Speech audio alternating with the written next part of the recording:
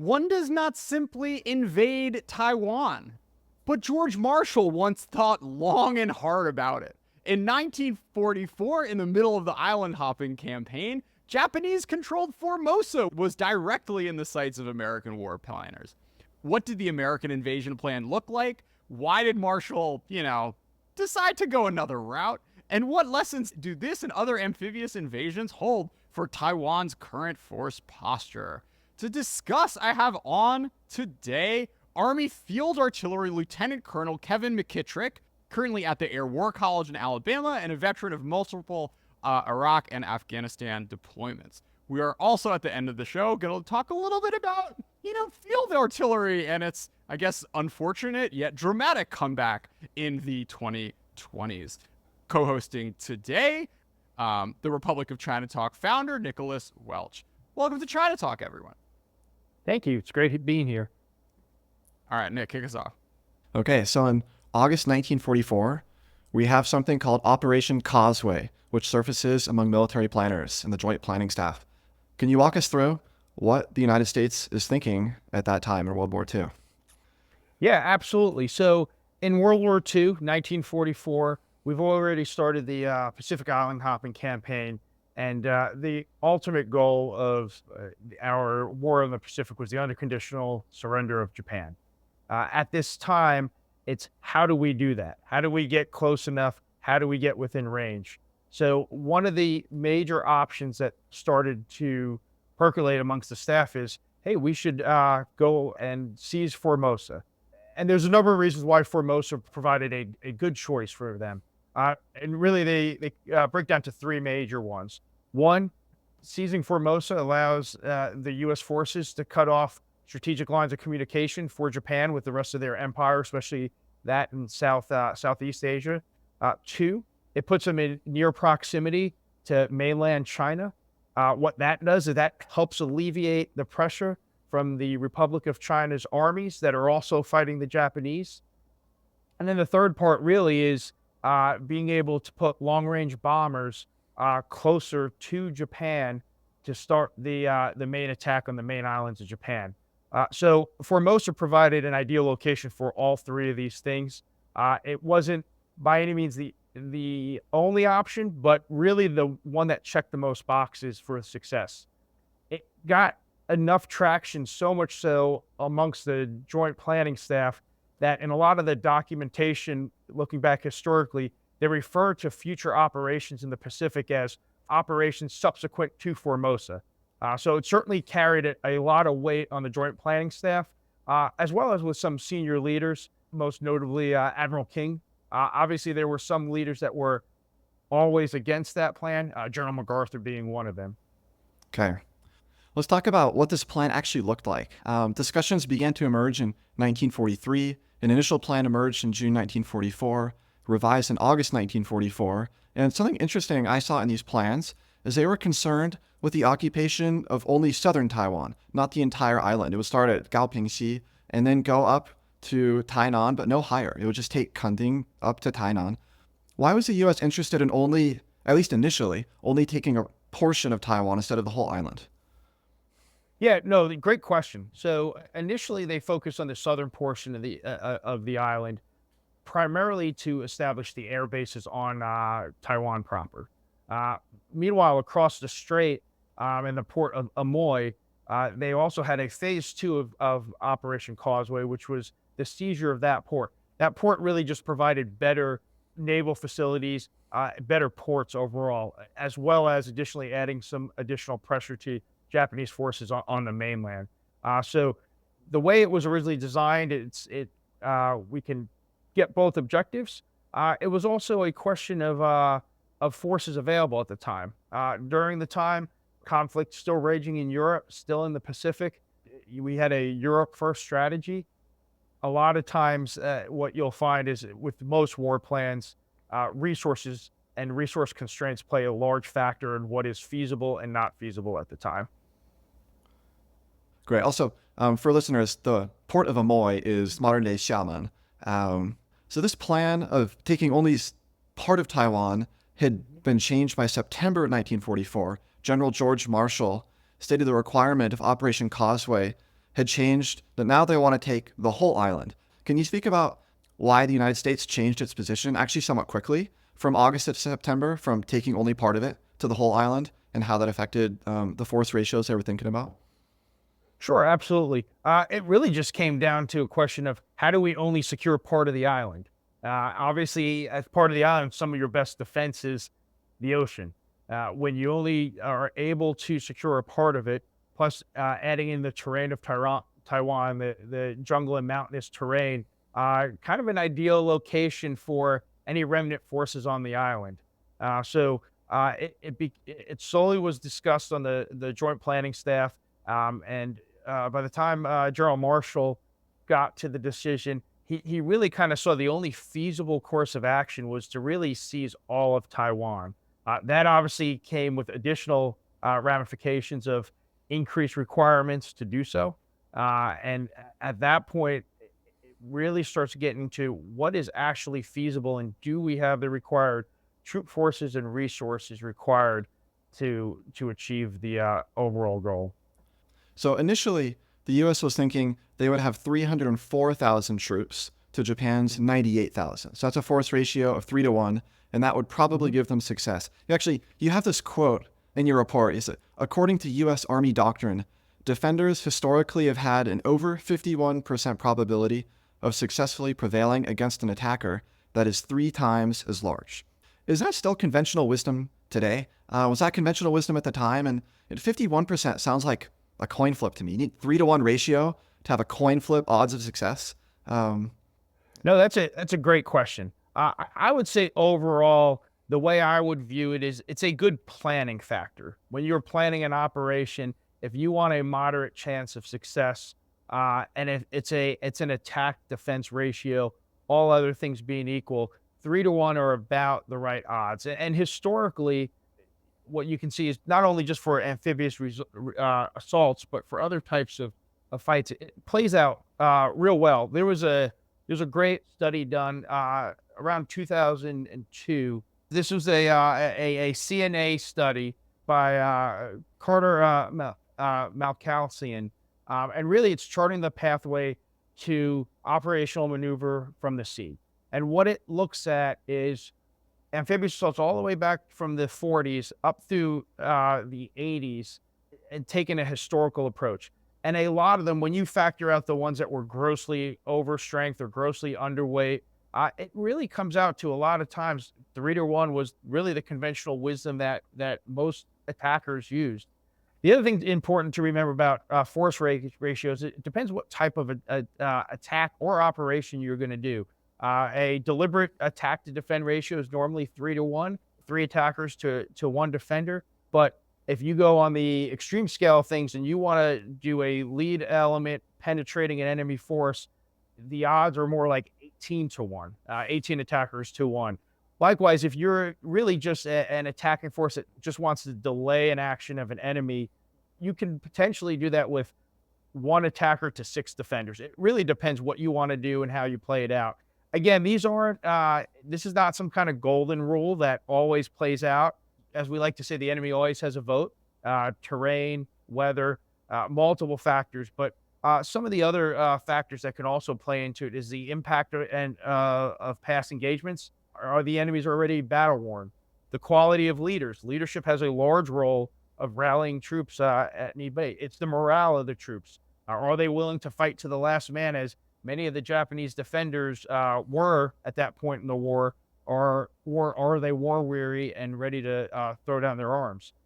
Maintenance of equipment is another piece, and really the time and position. Obviously, if you have a longer time and position, you have more time to harden your site versus if you just occupied it. So I'd say overall, force ratios are important. I think it's important for a planning factor. I think it's important to stress the resources. I don't think they're the end all and be all though.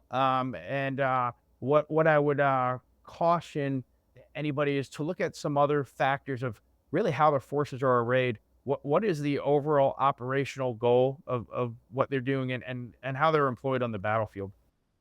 Let me know if this reading is right. When I was reading through your report, it seemed like the force ratios were very decisive in ultimately calling this plan off, because when the U.S. decided they needed to take all of Taiwan, they would need to increase their forces by an additional 200,000 troops, so 500,000, so it would have a 5-to-1 ratio. But they also knew that Japan was going to reinforce Taiwan by March of 1945, and that would bring the force ratios back to 2.5 or 3 to 1. So they set this date for December 20th, like, okay, we need to go right now before Japan reinforces. But then for a variety of reasons, that just wasn't feasible to move an additional 200,000 units in. It seemed like just simple math kind of determined the outcome here of Operation Causeway. Is that a fair reading of what happened, or is there more to it? I think that summarizes the majority of it, really, and it really comes down to the resource constraints. And I would say those resource constraints touch mostly on the manpower, obviously available, but also the transport ships. One of the keys, I think, that for the assault force is the quicker you get the assault force on the ground at once, the higher likelihood you're likely to succeed. If it is staggered over a number of days and you don't have the transport ships, you run into an issue. So really an impressive feat, just as the logistical planning and the timing behind it. It's certainly something that you don't want to mess up at all. I think that is really one of the other challenges. Not impossible, not difficult. They had proven that they have done this on numerous other islands. One of the things that interested me the most about really studying this problem set and was the decision making behind it and the leaders in the room. You hear a lot of names that had input that are historic: King, Leahy, Marshall, MacArthur. These individuals were battle tested over several years of conducting these very operations throughout the Pacific, and in other words, even in the European theater, Normandy had just happened. So you really, at no other time in history, get a collection of individuals that are that experienced in these operations. And in my mind, their opinions on that matter even more because they can clearly say that they are the subject matter experts. Yeah, I was gonna ask, like, one of my questions was like, what is your professional view of the thinking of the, and the quality in those planning documents? And it's one thing to second guess them over time, but like they already had 4 years of experience, right, in fighting like large scale military maneuvers with like the equipment that was going on at the time. So that's a really interesting perspective that like this is like the highest level possible of like military discussion that you can have in a fog of war situation, because we're already nearing the end and they already have a lot of case studies when they're thinking about the parameters that would be involved, which obviously is very different when you're Putin thinking about invading Ukraine or China thinking about invading Taiwan in the 2020s. Yeah, absolutely. And one of the interesting things is a lot of these planning documents and the minutes from the Joint Chiefs of Staff meetings, you can almost sense I don't necessarily want to call it a frustration, but an eagerness by some of the planners for a decision. Hey, boss, can we make a decision and either go or not go? And Marshall and Leahy and several of the other leaders in the room are exercising a little bit of patience with making that decision. And they actually push back a little bit. Well, when's the latest I need to make a decision to get the requisite requirements in theater to do this? And it's not till a later date. And well, then do you really need a decision now, or are you just anxious to get one? I was impressed by that prudence and that wisdom from leaders, realizing that a hasty end of the war benefits everybody, but let's not just go ahead and make a decision for making a decision. Let it mature a little bit. Let us make sure we have all the facts on the ground and really make sure we pick the best path forward. It was funny because like you talked about these like serious people having like serious discussions about force ratios and logistics and whatnot, and then MacArthur out of nowhere is like, we should do Luzon, we should do the Philippines because like the election's coming up, not because I promised that we would, guys, which is like a little different wrinkle that thankfully Marshall ended up deciding against. Though I mean, there are some interesting kind of like historical forks in the road here where, I mean, like maybe the invasion of Formosa wouldn't have worked, which is like a pretty scary line to think down. Also, if it did, perhaps that would have bolstered Chiang Kai-shek, allowed the nationalist army to secure mainland China, and maybe change the course of the 1940s on the mainland. Also, of course, Kevin, like the call they ended up making in doing Iwo Jima was maybe not necessarily the one that the best one in the end. Like a lot of folks, a lot of historians argue today that in fact, like they could have skipped that island and sort of gone on to the next one. So these guys aren't infallible, clearly, but Right. it is kind of cool to put your head in the space of these decision makers over this time period. Yeah, absolutely. And I think the MacArthur viewpoint is an interesting one. Before a lot of these documents were declassified, the standard view from historians was, he must have had a significant influence with FDR to really push for the Philippines first approach. And obviously, there are some factors that made sense for a Philippines approach.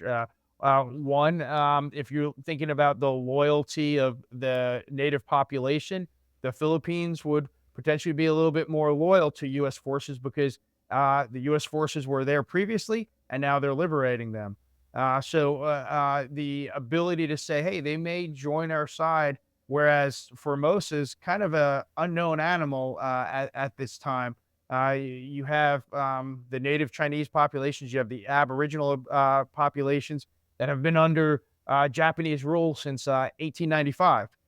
So the question of who'd resist a little bit more or less, you'd have to kind of weigh a little bit on the Philippines side. But getting back to my original point with the historical aspects, because a lot of these documents hadn't been declassified since until about the 70s, the standard interpretation at the time was MacArthur had a heavy influence on it. And even today, a lot of literature does paint that as a key consideration. Most make nod that the major consideration was the resource constraints, primarily troop numbers, but they put some weight on the political factors. And what I got going through the Joint Chiefs of Staff notes and the Joint Planning notes is not much mention, if at all, of any of that. It was really a military decision focused discussion on what is the best to achieve our ultimate goal of an unconditional surrender of Japan. It did not delve into what was best for re-election. How do we placate, MacArthur feeling like he's indebted to take back the Philippines sooner rather than later. I just was kind of impressed how much of a strictly military focus the planning staff laid on the problem set. Based on reviewing all these records, do you know what kind of institutional factors within the military allowed them to think so critically and objectively about this, even though we have the political constraints of a civilian commander-in-chief subject to the electorate of millions of non-military experts? So I would say one is just our general tradition in the U.S. military, that we understand it's civilian control. We're not there to make political decisions, political factors. So I think there's a long tradition of that just to begin with.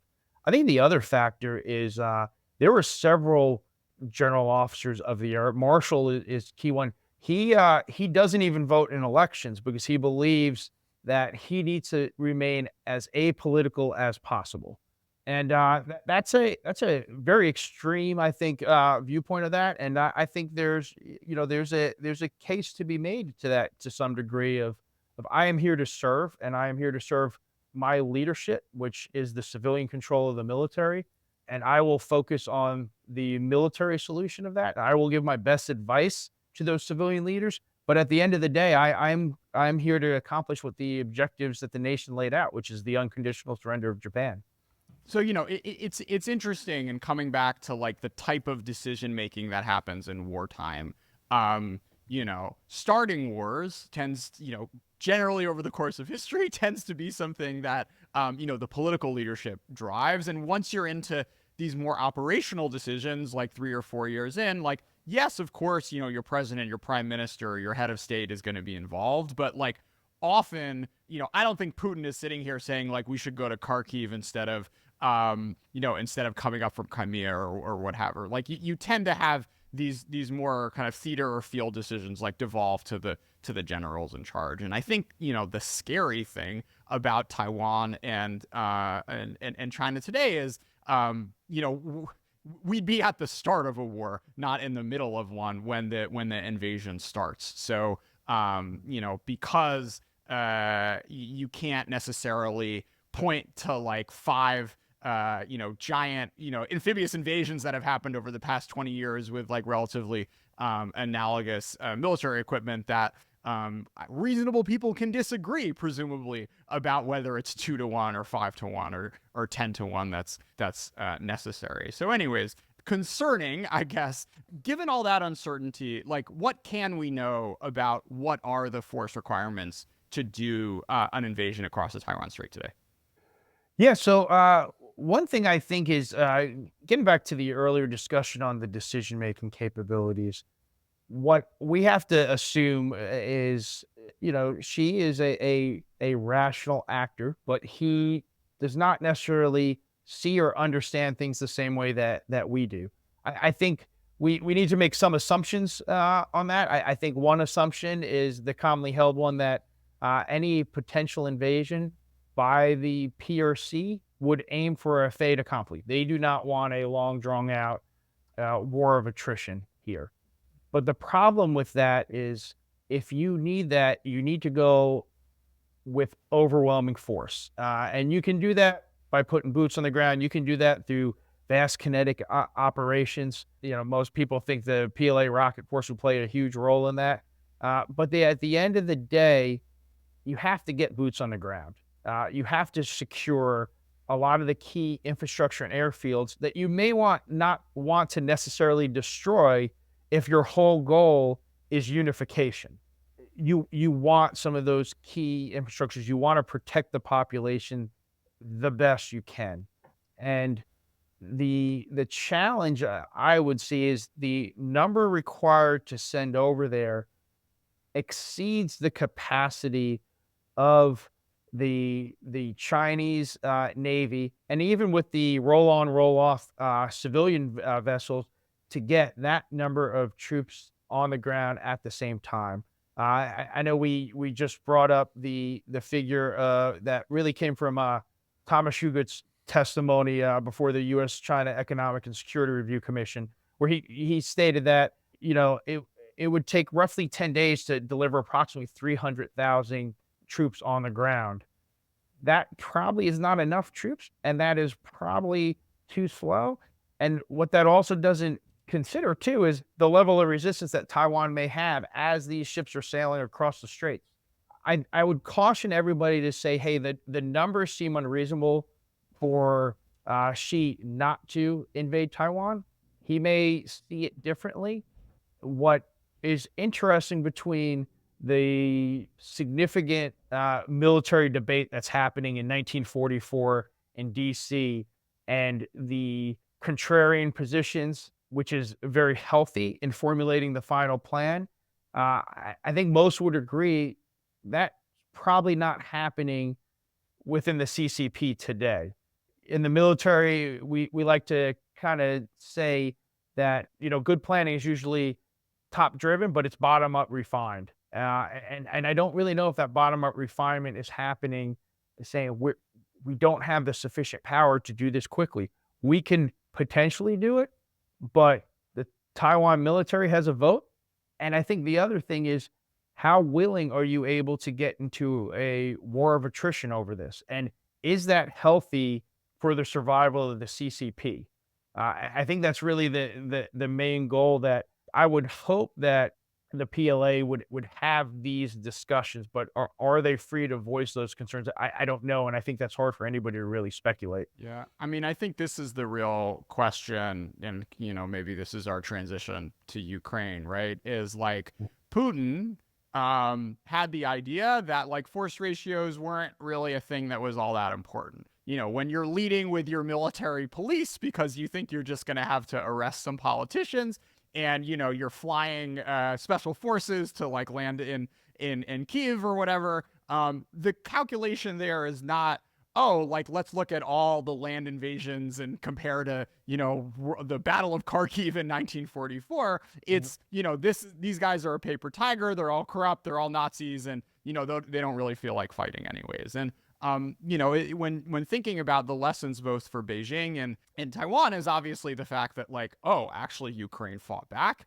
And for Taiwan, like there needs to be some sort of, the most effective thing to sort of turn the discussion in Beijing from, oh, they're not really going to fight to, oh, wow, like we really need to be counting up how many boats we can send and, at what cadence and what are we going to do with the mines and what are we going to do with the, guerrilla warfare and the, point defense and whatever, by being able to communicate this sort of both like capability as well as like political willingness to fight. And that is not an easy thing to do, particularly, in the Taiwan context where like Ukraine was already at war for 10 years before the invasion happened. And that, God willing, will not be the case in the Taiwan question. So anyways, I think it would be interesting for you to kind of like, I'd be curious, Kevin, you're about to ship off to Germany to do some field artillery stuff in support of the war in Ukraine. I'm curious, for some of your reflections about what other, military lessons, particularly from a, force ratio and our artillery dimension, you're starting to see, I guess, from your past year reading the news in Alabama. Yeah, no, absolutely. Yeah. I think for me, one of the biggest lessons learned is the logistical requirements and constraints. We all saw what happened with the ill-planned logistical supply at the outset of the invasion in 2022. That only gets harder for an invading force when you have to cross a strait. And I think that is one of the key pieces, I think, in considering a China-Taiwan situation. I would venture to say that a potential center of gravity at the operational level for the Chinese would really be their logistical system and their lines of communication. And I think there's multiple vulnerable points along that route, both at sea and even when ashore, that Taiwan could potentially target. One of the things in Taiwan's got an overall defense concept that I think overall is a pretty decent concept for them.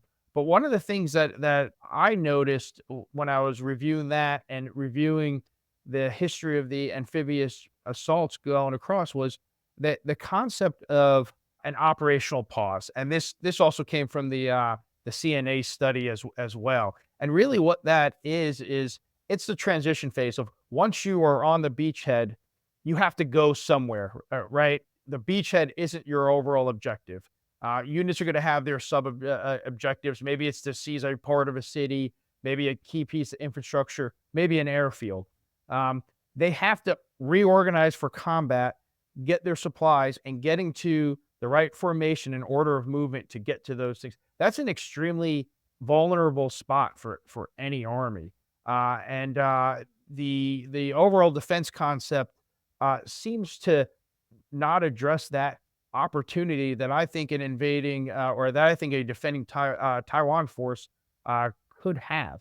Just make that a little more concrete. So you're referring to Taiwanese Admiral Li Ximing's overall defense plan, 4 parts. Starts with survive the initial missile attack, then the literal battle is the ship's approach. Number 3 is the beachhead battle. Number 4 is defense of the homeland. So basically, this operational pause idea, if I understand correctly, is the transition between the beachhead battle when they land and then the transition from there to the homeland.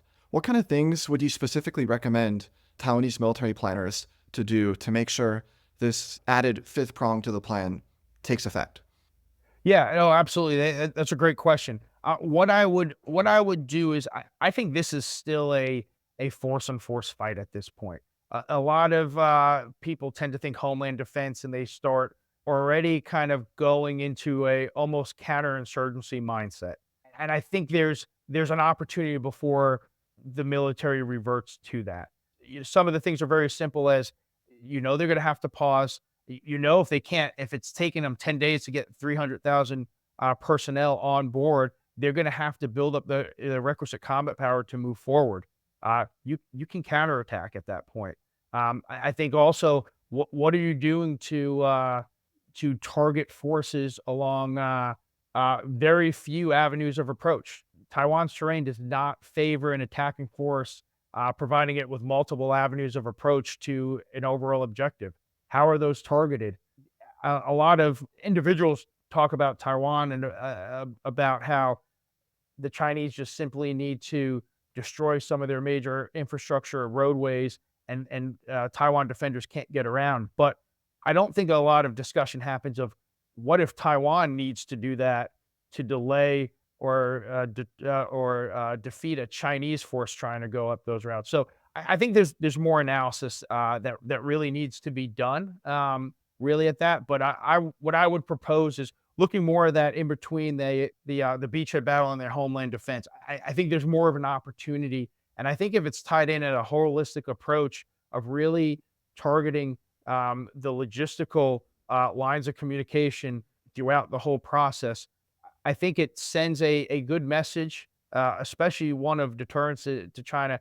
This isn't necessarily going to be as easy as landing your guys on the beach. I think I think a lot of individuals have this perception of, hey, once everybody's on the beach, the battle's over, and in some ways it's just beginning. Totally agree with that. I know Taiwan's west coast, yeah, like you said, it's not suitable for an invasion. One, because the beaches aren't plentiful, but also there aren't very many highways from southern Taiwan to northern Taiwan. This is a huge logistical problem. Like you were saying, it's a double-edged sword, whether we want to hurt our own ability to move around, but also if it would be worth it to affect the enemy's ability to move around the island up and down. Because, yeah, there's really only like one major highway that goes up the west coast of Taiwan. Yeah, absolutely. And even the number of beaches are fairly limited. I think it was in Ian Easton's book, when he talks, there's only about a dozen or so beaches that are really suitable for any large scale landing of forces. So you can really narrow down the potential approaches of where these forces would come from. And from there, as you just stated, the limited routes from those areas narrows it down even further. There's opportunities, I really believe, for the defender to really focus in on that. Although the homeland defense aspect, I think, is extremely important, I don't believe the fight transitions that quickly. Well, if any PLA planners or Chinese military bloggers would like to come on ChinaTalk to commiserate at the pain of planning this invasion, the invitation is open. But, on a more serious note, I just think it's like a cool thing that you are allowed to do this podcast as a active service member on like 4 days notice. This is not something that's like part of the culture in a lot of militaries, and not just China's. And it just seems like a good and healthy thing to be able to like have these sorts of intellectual discussions within the military in public at places like here and War on the Rocks and whatnot. So cool. Anything else on Taiwan before we talk about artillery today? I think overall, I would just really want to say with Taiwan is really the lessons learned I would want both Taiwan and China to walk away with is a large part is going to come down to the resilience and how much Taiwan is willing to defend itself. I think if they can make this an even more difficult problem for China than it already is going to be, and it's important that that message is sent as a form of deterrence. I think the historical cases really send that home, and although there is a decent amount of literature that talks about how the Chinese have studied even American island hopping campaigns in World War II, there is not much mention at all of Operation Causeway or why it didn't occur. And I don't know if that's a case of maybe mirroring of only wanting to study successful invasions that actually happened. But I get back to the real importance that by researching this project, I did not necessarily go in to look at it as an analysis of the decision making, but that's really where the research led. And that's really what I saw as the stark contrast of how I would see the problem set between China and Taiwan today is really does the same level of experience and decision-making that existed in 1944 exist today? And I would say no. But at the same time, that doesn't necessarily make me feel any better because we all know that misjudgments can sometimes lead to the greatest calamities. So my only hope would be that, maybe China does study a little bit of Operation Causeway and the decision making that went into it to get a better understanding and really prevent a war that I don't think is beneficial to anyone on the globe. Totally. And yeah, I mean, I think that that point of like the force ratio, like whatever it is, it's some multiplier effect. And that means that even if you're, Taiwan and your population isn't as big, you don't have as much money to spend on defense, like a little goes a long way because whatever you do, your adversary has to do, 2x, 3x, 4x more just to kind of like keep up and have a plausible way to succeed. Yeah, just in the idea that a little goes a long way. I thought the figures you cited in your report about Taiwan's force ratios today were pretty remarkable. So there are 94,000 active duty army personnel in Taiwan. And Wang Dingyu, a DPP legislator, 2 years ago said there are only 300,000 army reservists, which could respond to the call immediately. And even if we say pessimistically, morale is bad and only half of them show up, so you have just under 250,000 Taiwan army forces ready to go at a moment's notice, that means the 3-to-1 force ratio requirement, the PLA would have to send something like 732,000. And if you want a 5-to-1 option, it would be over 1.2 million PLA forces would have to come across the strait. So there's always talk about asymmetrical warfare. We want to invest in things that have an asymmetrical, disproportionate defense advantage. And I think one thing is just increasing the force numbers in Taiwan. Just showing up will make things a lot harder for an invading force in Taiwan. Yeah, I agree with that. And I think also is making sure those forces that do show up are effective. Are they well trained? Are they well equipped? Because I think there's numbers matter. What matters even more is when those numbers are good. Like you said, when you show up and you're ready to fight.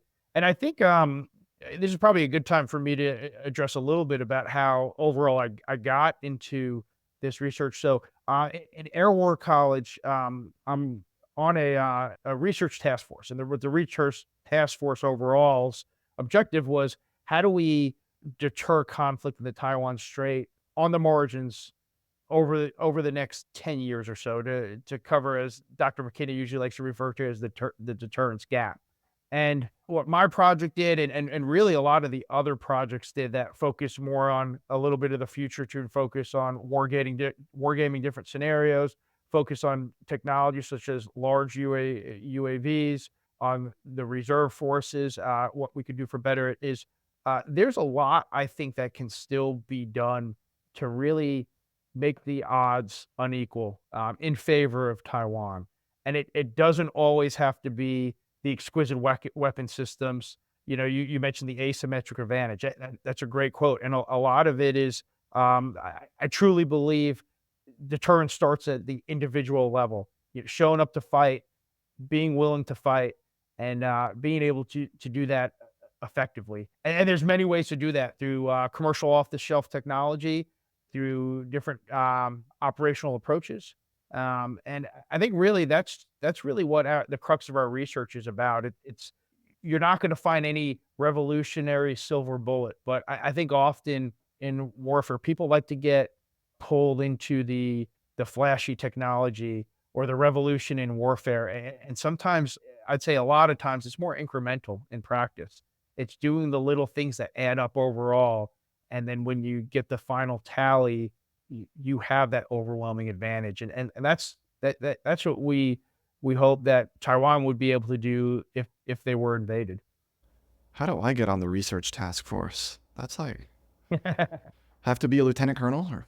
So Air War College is not just military. There are some civilians that go to Air War College, and mostly DoD affiliated civilians, but there's some other organizations within the government that are there. But it's I was overall impressed with what everybody brought to the table in the discussion. All of our projects will be published later on this summer in a book by Air University Press. It's really going to start, I think, overall, holistically looking both past and present.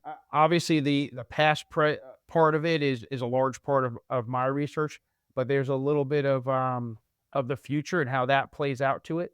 There's a lot of other factors that go into that when we consider wargaming, when we consider some of the other projects. The overall book's going to be called "Closing the Deterrence Gap in the Taiwan Strait," and I think it's the beauty of it is it's the opinions of the authors, even though we are military or DoD affiliated civilians in this. It's not an official publication of the Department of Defense or express their views. They're individuals doing research such as I. So I think it's healthy to the overall debate. Thanks for that, Kevin. Let's talk about artillery for a second. Like, this Sure. was not trendy, but all of a sudden, we have Jake Sullivan running around the globe convinced that 135 millimeter artillery shells are like going to determine the fate of nations, which I don't think was on anyone's bingo card 10, 20 years ago. What is the role of artillery in the war in Ukraine been like from your perspective, and what kind of has surprised you about the its evolution in the 21st century? Yeah, no, that's a great question. To borrow a quote that's said from from our schoolhouse in the artillery, there's no better time to be an artilleryman than right now, and that's something that resonates, especially with individuals around my age that entered the service about 20 years ago, really at the start of the global war on terrorism. I remember, and I tell this story to my young officers, is I remember coming in as a young lieutenant. At the time I was in Ranger School, and I remember one of the instructors said to me, "It's good that you're here as an artilleryman because your job is probably not going to exist in a few years." So here you are, a young second lieutenant that's all eager to get out there into the force and do good things for his nation. And he's basically saying the job he was trained for is operationally irrelevant before you actually get to your first unit. So that story kind of always stuck with me. And here we are 20 years later, where long-range precision fires is the #1 modernization priority for the United States Army right now. So the pendulum has swung fully in the same direction. And I think part of that just goes to show there are some constants that you can't dismiss. Yes, artillery was probably not the best weapon to fight a counterinsurgency, but when you were talking about large-scale combat operations, and the mass and the destruction that it could bring, I think that's why you're seeing what you're seeing in Ukraine now. I think that's why you have a resurgence, because we realize that you can't rely on exquisite weapon systems all the time. There is something to be said to be able to shoot 155 rounds out of a howitzer without any GPS guidance, without any precision, and be able to accurately hit the target and get effects even in a degraded environment, or one that is very decentralized because C2 systems are not where they should be at the time. I think the important lesson for us to take away is just because your systems doesn't work doesn't mean you can just stop fighting. And artillery can still be, as we say, the king of battle on the battlefield. It can still be the lethal killer that it needs to be. And compared to some other exquisite weapon systems, it doesn't need a lot to be accurate.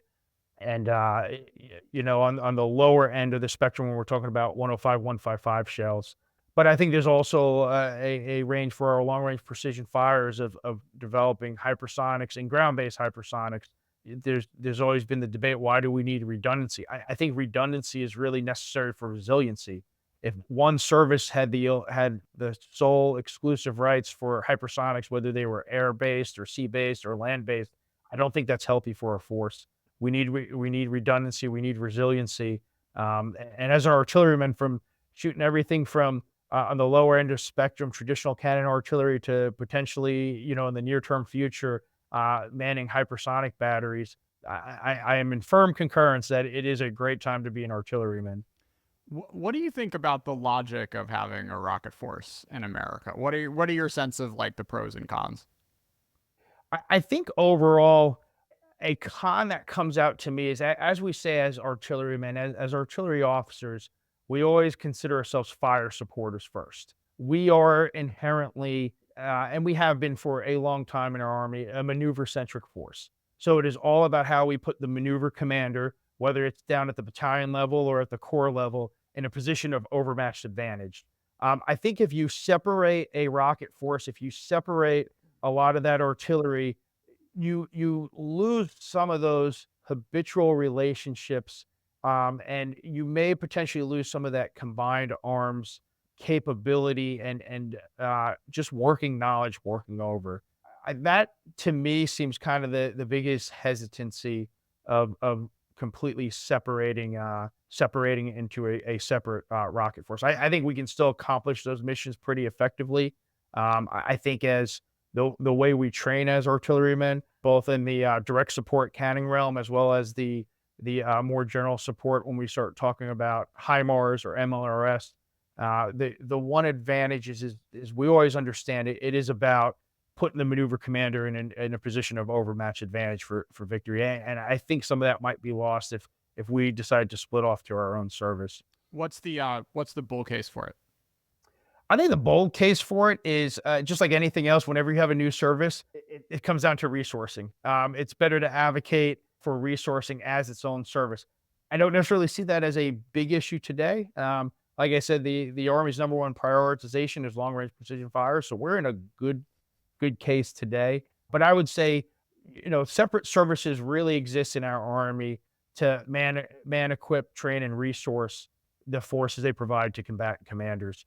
And I think overall we're in a good position right now. So while having a separate service may allow us to do that slightly better, I think the trade-offs would not be worth it. All right.